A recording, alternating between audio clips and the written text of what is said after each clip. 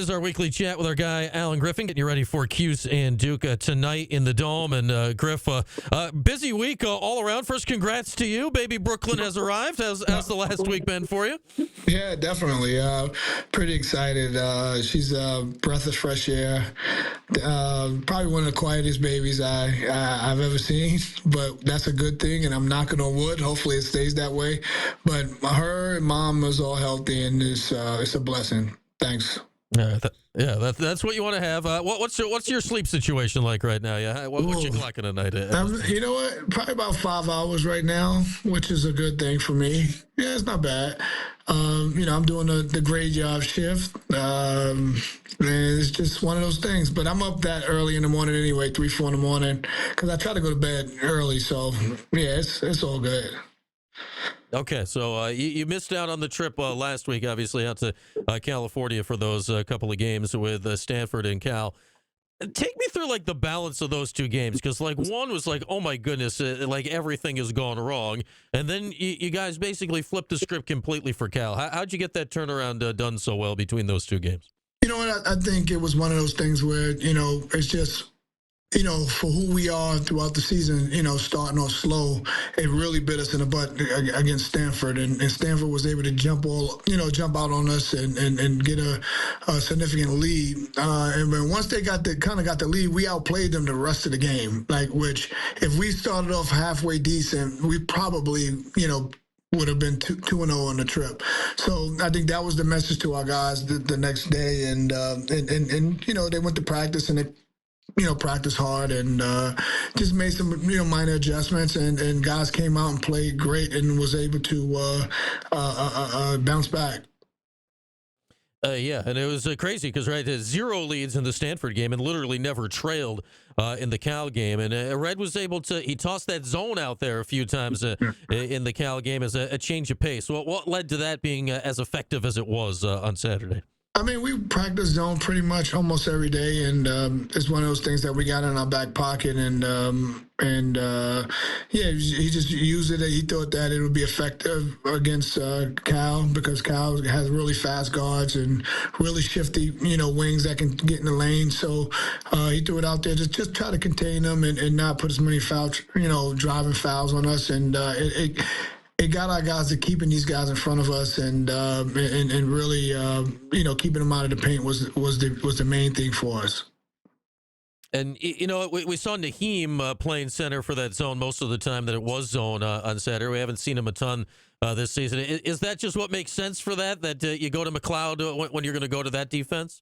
Yeah, definitely. But I think, Peter and Eddie can be effective in it. It's just how aggressive those guys are going to be. But, yeah, when you got Naheem out there, it's an asset for you because, you can funnel everything to him. And regardless of if he blocked the shot or not, he's still 7'3", 7'4", and to get a shot up over him is really difficult. So, most of the time I think if Naheem's in the game, I think we'll be playing zone.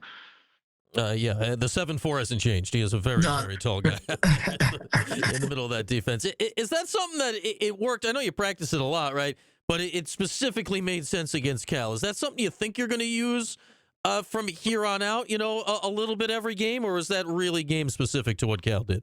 Obviously it's a coach's decision. That's first and foremost. But I think it's something that we have to kind of go to a little bit more. I think our whole staff thinks it could be something that can help us throughout the game. Playing 40 minutes of man-to-man is tough. It's a hard task. But the zone can, throw a little wrinkle into it every now and then, and it can be effective, and then, every once in a while teams are going to be ready for it and they're going to attack it. We just can't get discouraged and we just got to keep playing and hopefully at some point it'll help us to our benefit where slow a team down, make a team take a couple of tough shots towards the end of the shot clock, stuff like that. And I think that would be beneficial for our team.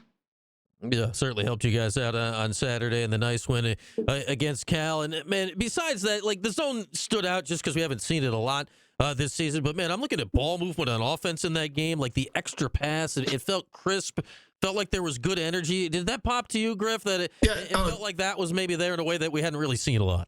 Yeah, definitely. It was. I thought the energy from the tip was unbelievable, and because I watched the game like you did, I was, I was in the hospital, but and I watched it, and you could just tell from the beginning, like it's just one of those things where guys just came out super focused, and the ball moved. They moved on defense. You could tell that they were connected. It was a connected team. It felt like a connected team, and hopefully, we can bring that same togetherness here tonight.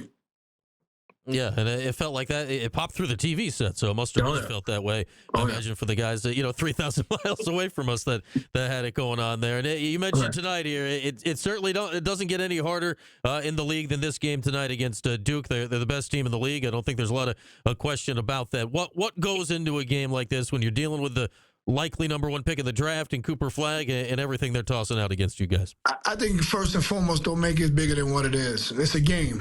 I think that's the number one thing. It's like, do what you normally would do, but you just got to do it at a higher level.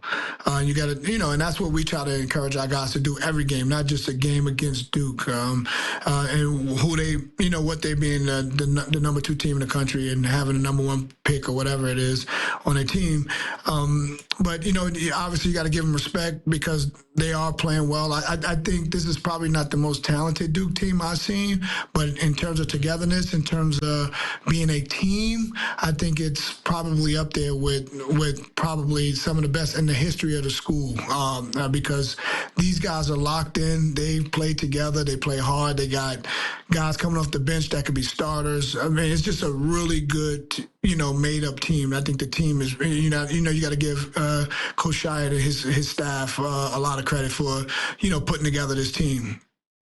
Yeah, certainly one of those guys on the bench we know quite well in Malik Brown. We'll get to him in a second. How about Cooper, though? I mean, you mentioned Duke. They've had a ton of great players over Right. just the last decade. When you're looking at Tatum and you're looking at Zion and you're looking at Barrett and you're looking at Banchero and all these guys. Where does Cooper Flag fit in that mix for you, and where does his skill set lie? I mean, he's right up there. The one thing about Cooper than all of those guys is like what makes him different than all those guys is that his talent, his best attribute, his best talent is how hard he plays. His motor is like no other. And he's a really smart basketball player, which they all are smart in their own ways. And he's explosive. Like, he got all that stuff going for him, and he just seemed like a good kid to be around every day. The greatest thing you watch him on film, and you look at him and you say, man, this is not a freshman, all right? Like, and it's not just because of what he's doing in terms of his numbers and stuff like that, just because, how he reacts to his teammates, how he talks to his teammates, how he's connected with his teammates. Sometimes it takes a whole year for freshmen to do the things that he's doing.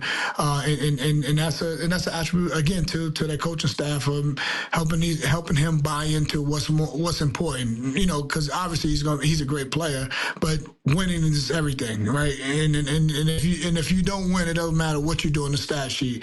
And I think he bought into that, and man, they got a good team. Yeah, and go figure. He only turned 18 right before Christmas, so he's young for a freshman as well and playing the level he is. We got Griff with us. All right, Malik Brown's on the other side. Is this weird? Like, what's this going to be like for you guys to see a guy so well in the other team's jersey? No, it's not going to be weird. I mean, it's just the nature of what is happening. You're going to see it more and more every year now just because of the transfer portal and stuff like that. And, Malik is obviously the second player that, we've coached.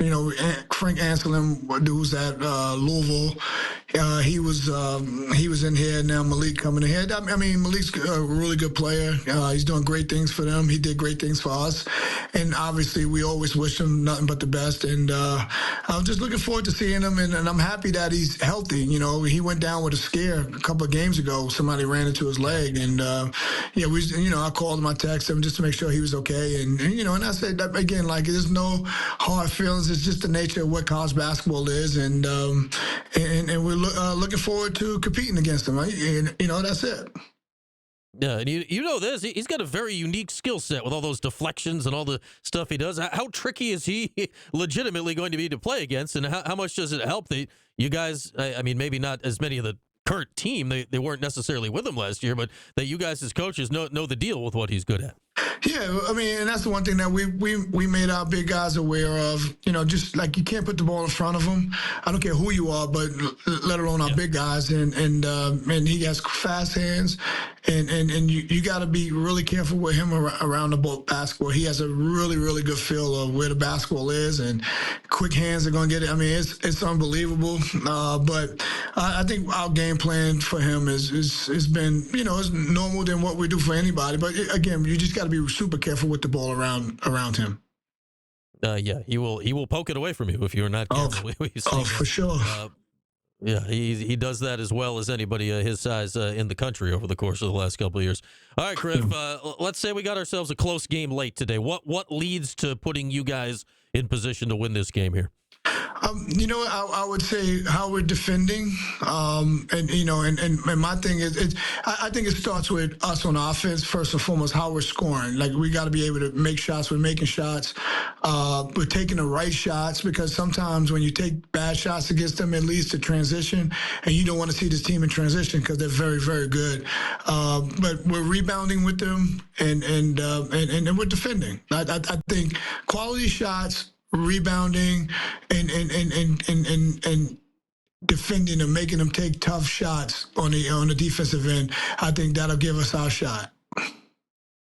Well, looking forward to it tonight, Griff. It should be a big game atmosphere in the Dome. Always fun when the Dukies come up here. And thanks a lot, Griff. We'll talk again next week, all right?